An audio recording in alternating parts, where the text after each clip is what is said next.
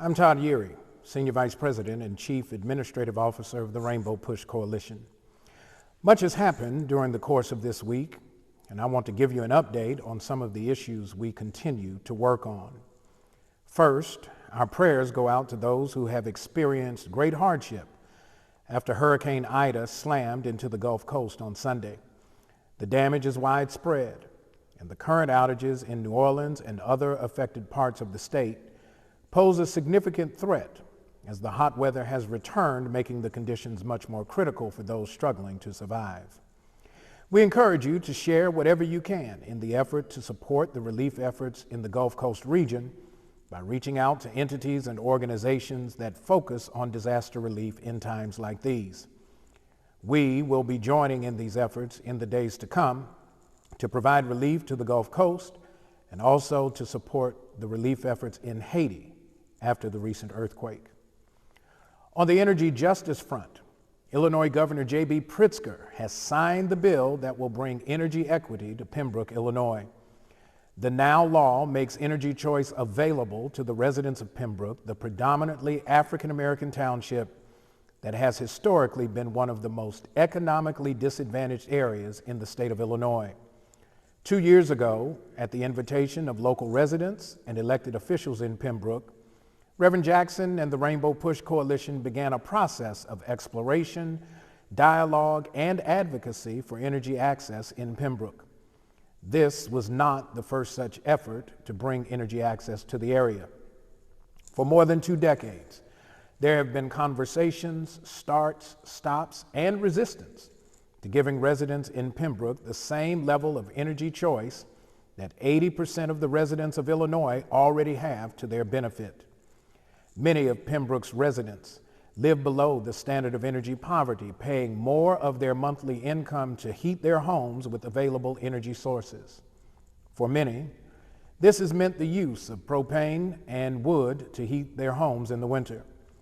Because of the leadership of Reverend Jackson, the Rainbow Push Coalition, industry partners, and local, state, and federal elected officials, energy poverty in Pembroke will finally be eradicated, and the residents of Pembroke will be able to enjoy essential services like broadband and other essential services as a result of this important and timely legislation.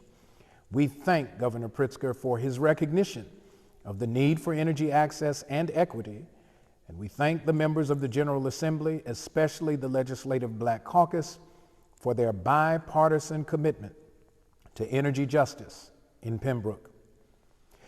In the area of police reform and justice for the victims of police violence, the fight continues in Baltimore County, Maryland, just a few miles from where I am today. It is time to pay the jury award in the Korryn Gaines wrongful death case.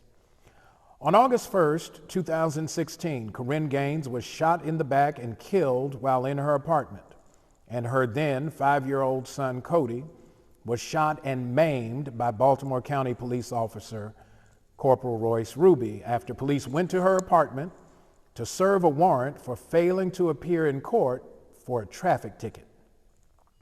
Korryn Gaines was having a behavioral health crisis, yet Corporal Ruby recklessly shot Korryn Gaines in the back, through the drywall in her kitchen with a military assault rifle, and then fired additional rounds into her body after she was initially injured by the first shot.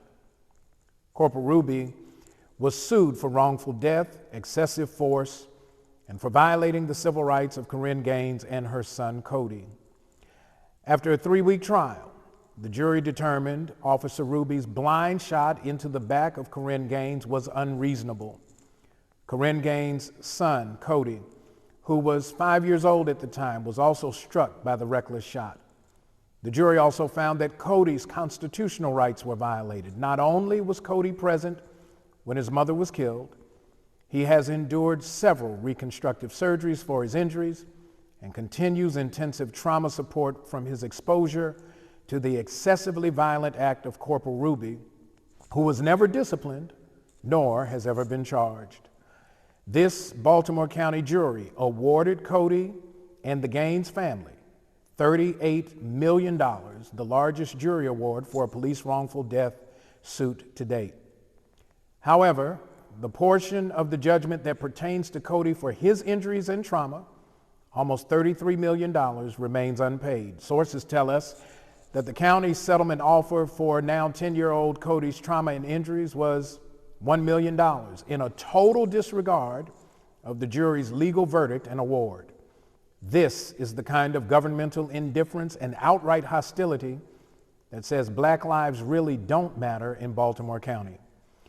We will continue to put pressure on Johnny Olszewski, Johnny O, the county executive, to fulfill his legal and moral obligation to pay the jury award to a little boy who himself was shot in the same incident in which his mother was slaughtered in his presence. Today, on another note, we salute those who work hard every day to support their families, invest in their communities, and to ensure that government meets the needs of those who are most vulnerable among us. As we celebrate Labor Day on Monday, let us remember that the effort to protect voting rights goes hand in hand with the fight for economic rights in America. August 22nd marked the day that African American women would have earned in almost 2 full years what white men earned in 1. The reason we can't achieve police reform, economic justice and living wages, energy and environment equity, close the public health gaps around the social determinants of health, invest in quality education for all children, advance human rights at all of our borders, and ensure that our children are passed on a more just society than the one we inherited, it is because the goalposts are constantly being moved, making it harder to vote in states across this country. On this Labor Day, not only should we celebrate those who work hard every day with a sense of dignity and pride, we must commit to the type of labor that protects the rights of each of these workers in America. We must do the work to fight for the protection of the vote in all 50 states. Saying we've tried is insufficient. The many justice issues I've mentioned and many more hinge on our determination not to be discouraged nor denied. Let us commit to doing the work of justice until we achieve it. Every day must be Labor Day. Last weekend's national marches to commemorate the 1963 March on Washington for Jobs and Freedom, and to speak with a unified voice that the Senate must pass the John Lewis Voting Rights Advancement Act, which was passed by the House of Representatives almost 2 weeks ago. These marches laid out in great detail why this moment is so critically important and why we can't allow ourselves to fall into despair. Reverend Jackson tells us that we should never say we're tired. We must declare that we are determined to keep up this fight until victory is indeed ours. How must we do it?